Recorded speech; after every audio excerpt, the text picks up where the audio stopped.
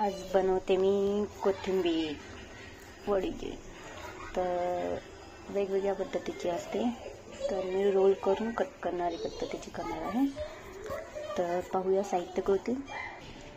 मी यामध्ये जे 1 चम्मच लिंबाचा रस घेतला, कोकम पण घेऊ शकतो किंवा चिंच घेऊ शकतो, आणि तीळ घेतलेले आहे। तर आता हा जो बाउल आहे, मी बेसन पीठ घालते यामध्ये, तांदळाचं पीठ थोडं आणि बेसन पीठ।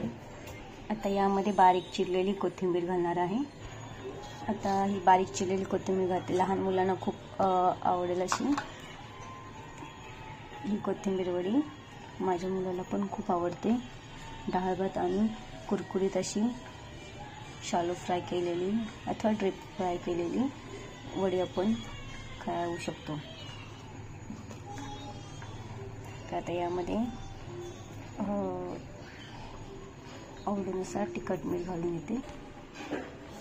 आता यामध्ये अर्धा चम्मच हळद घालत आहे, धने जिरे पावडर जी 1 छोटा चम्मच, लाल तिखट 1 छोटा चम्मच,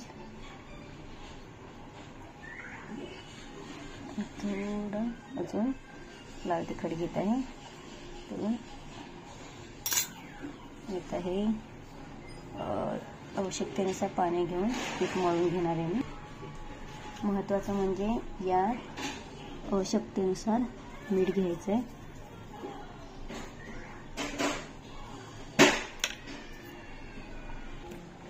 आता यामध्ये थोडं थोडं पाणी घेऊन मी हे पीठ मळून घेणार आहे। आता पाणी घेतले, त्यात कोकम टाकले का तर पातेला जे आपलं हे लावून, आणि हे जे वडी झालेली आहे अशी, ते पण हे शिजवायला ठेवायचे। 15-20 मिनिटांनंतर चेक करायचे। तर आपली 20 मिनिटं झालेली आहे, पाहत आहात।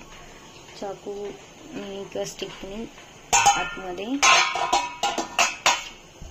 चिकटत नसेल तोपर्यंत जात असेल तरी ही शिजलेली आहे वडी। आता हिला थंड करून कट करून फ्राय करून घेऊ। ही आपण फ्रीजमध्ये स्टोर पण करू शकतो, 1 ते 2 दिवसासाठी। जशी आवश्यकतेनुसार आपण हिला तळून घेऊ शकतो। आता तेल तापवून ठेवलेलं आहे, आवश्यकतेनुसार लागणाऱ्या वड्या तळणार आहे मी। ह्या वड्या ज्या अशा कट करून घेतलेल्या, मी शालो फ्राय करत आहे, कारण की कमी तेलामध्ये जे करायचं आहे।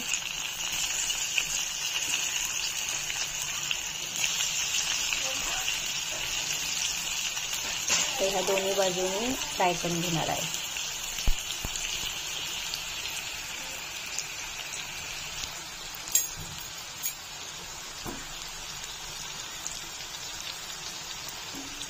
मस्त सुगंध आलेला आहे। थंडीमध्ये गरम गरम छान अशा वड्या कुरकुरीत खाण्यासाठी सोपी पद्धतीची रेसिपी। तर हे दोन्ही बाजून वड्या झालेल्या असल्या की आपण सर्व करू शकतो।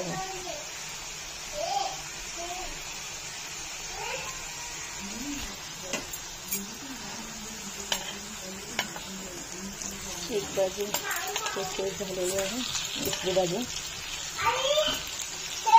तर दुसरी बाजू पण होत आहे। तर प्लेटमध्ये काढून घेते, ह्या वड्या तयार झाल्या आपल्या।